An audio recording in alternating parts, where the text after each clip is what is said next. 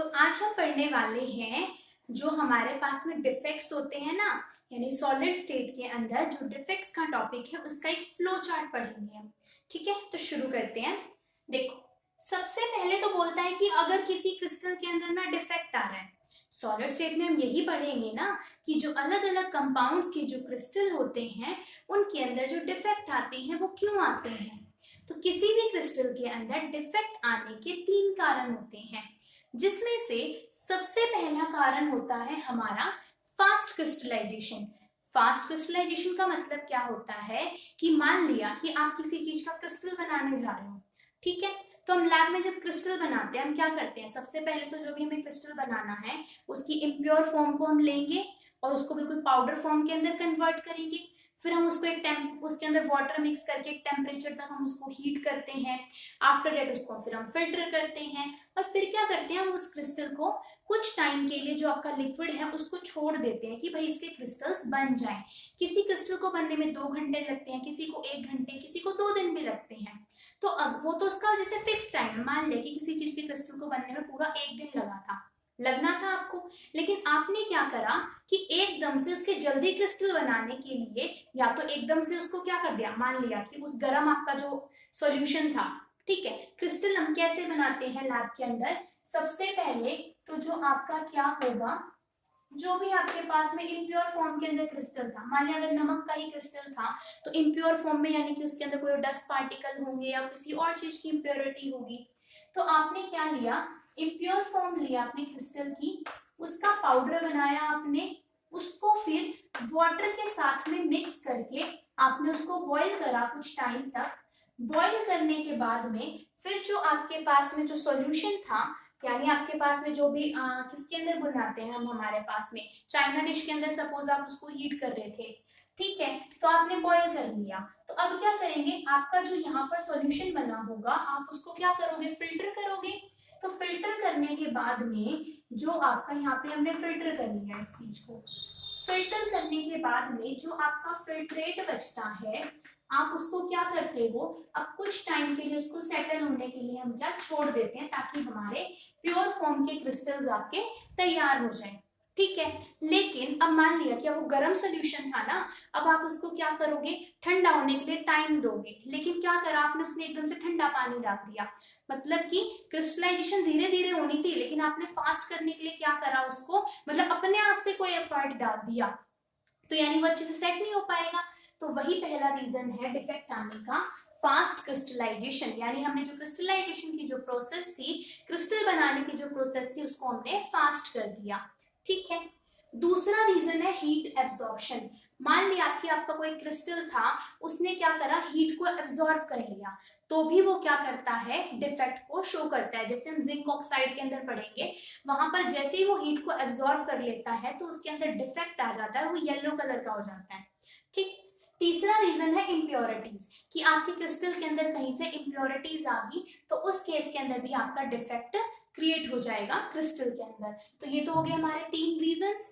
उसके बाद में ये बोलता है कि डिफेक्ट तो हमने देख लिए कि क्यों होते हैं। अब डिफेक्ट हमारे पास में 2 टाइप के होते हैं, एक बोलते हैं पॉइंट डिफेक्ट और एक हम बोलते हैं लाइन डिफेक्ट। पॉइंट डिफेक्ट में क्या है कि मान लिया कि इस तरीके से आपका क्रिस्टल का स्ट्रक्चर था, ये हमारा पूरा यूनिट सेल ले लिया हमने, क्रिस्टल हमारे पास में कुछ इस तरीके का था। ठीक है, यहाँ पे हर एक क्रिस्टल की कोई ना कोई पोजीशन थी, मतलब क्रिस्टल बोल रही हूँ, हर एक पार्टिकल की कोई ना कोई पोजीशन थी आपके पास में, और इस पोजीशन को हम लेटिस साइट बोलते हैं। तो इन्होंने बोला पॉइंट डिफेक्ट में क्या होगा कि इनमें से कोई एक तो या तो अपनी जगह से मिस हो जाएगा या फिर और कोई बाहर से कोई पार्टिकल आके इस क्रिस्टल लेटिस के अंदर आपका आ जाएगा। तो उस केस को हम बोलते हैं पॉइंट डिफेक्ट। यानी कि अगर पूरा का पूरा आपका मान लिया ये पूरी की पूरी एक अरेंजमेंट थी, यहाँ पर सिर्फ एक कोई पॉइंट है जहाँ पे थोड़ी सी खराबी आई है बस, तो उसको हम बोलते हैं पॉइंट डिफेक्ट। ठीक है, दूसरा है लाइन डिफेक्ट। मान लिया पॉइंट डिफेक्ट में तो क्या होता है, सपोज यहाँ से ये नेगेटिव वाला चला गया अपनी जगह छोड़कर, ठीक है, तो पॉइंट डिफेक्ट आ गया भाई, पूरी की पूरी अरेंजमेंट बिल्कुल ठीक है, सिर्फ यहाँ बीच में कोई गड़बड़ होगी, मतलब सारी की सारी कुर्सियां लगा रखी थी, सब लाइन में थी, लेकिन बीच में से किसी ने कुर्सी उठा दी, तो वो हमारे पास में क्या हो गया, पूरे एक सिर्फ एक पॉइंट के ऊपर डिफेक्ट आया आपकी अरेंजमेंट में। लेकिन लाइन डिफेक्ट में क्या होगा कि मान लिया ये पूरी की पूरी लाइन ही आपकी यहाँ से क्या हो जाए, मिस हो जाए, तो उसको हम क्या बोलते हैं, लाइन डिफेक्ट, यानी आपकी एंटायर रो ही मिस होगी वहां से। ठीक है, अच्छा, फिर हम पढ़ेंगे हमारे सिलेबस में पॉइंट डिफेक्ट के ही हमें आगे अलग अलग टाइप्स पढ़ने हैं। तो पॉइंट डिफेक्ट हमारे पास में 3 तरीके से आता है। एक पॉइंट डिफेक्ट का जो पहला टाइप है, इसको हम बोलते हैं स्ट्राइकोमेट्रिक डिफेक्ट, दूसरे टाइप को हम बोलते हैं नॉन स्ट्राइकोमेट्रिक डिफेक्ट, और तीसरे टाइप को हम बोलते हैं जब हम इम्प्योरिटीज आ जाते हैं किसी क्रिस्टल के अंदर। ठीक है, तो जो आपका स्ट्राइकोमेट्रिक डिफेक्ट है, स्ट्राइकोमेट्रिक डिफेक्ट में क्या होता है कि जो आपके कंपाउंड का फॉर्मूला है वो चेंज नहीं होता, यानी स्ट्राइकोमेट्री आपकी डिस्टर्ब नहीं होती। तो स्ट्राइकोमेट्रिक डिफेक्ट हमारे पास में आता है जो, अब स्ट्राइकोमेट्रिक डिफेक्ट के भी आगे 2 टाइप होते हैं, यानी कि स्ट्राइकोमेट्रिक डिफेक्ट एक तो आपका मिलता है नॉन आयनिक सॉलिड्स के अंदर और एक मिलता है आयनिक सॉलिड्स के अंदर। अब जो नॉन आयनिक सॉलिड्स हैं इसके भी फिर आगे 2 टाइप होते हैं, एक होता है वैकेंसी डिफेक्ट और एक होता है इंटरस्टिशियल डिफेक्ट। इनको हम आगे के 2 पार्ट और करेंगे इसके, उसके अंदर सबको क्लियरली करा रखा है। आयनिक सॉलिड्स के अंदर भी जो आपके डिफेक्ट आते हैं वो भी 2 टाइप के होते हैं, जिसमें से एक होता है आपका फ्रेंकल डिफेक्ट और दूसरा होता है स्कॉटकी डिफेक्ट। ठीक है, फिर जो नॉन स्ट्राइकोमेट्रिक डिफेक्ट होते हैं ये भी हमारे 2 टाइप के होते हैं अगेन, एक होता है मेटल एक्सिस डिफेक्ट और एक होता है metal deficiency defect. Non stoichiometric defect मैंने बोला है, इसका मतलब कि यहाँ पे जो आपके कंपाउंड का फॉर्मूला होगा वो क्या हो जाएगा, आपका चेंज हो जाएगा।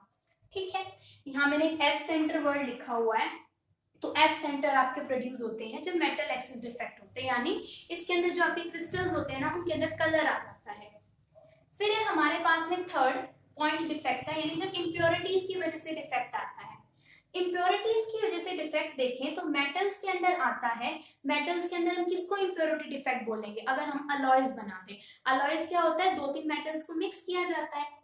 अगर आयनिक कंपाउंड के अंदर इम्प्योरिटी डिफेक्ट आ रहा है, तो जैसे कि जब हम NaCl को सीजियम क्लोराइड के साथ में मिक्स कर देते हैं तो वो एक इम्प्योरिटी डिफेक्ट का टाइप हो जाता है।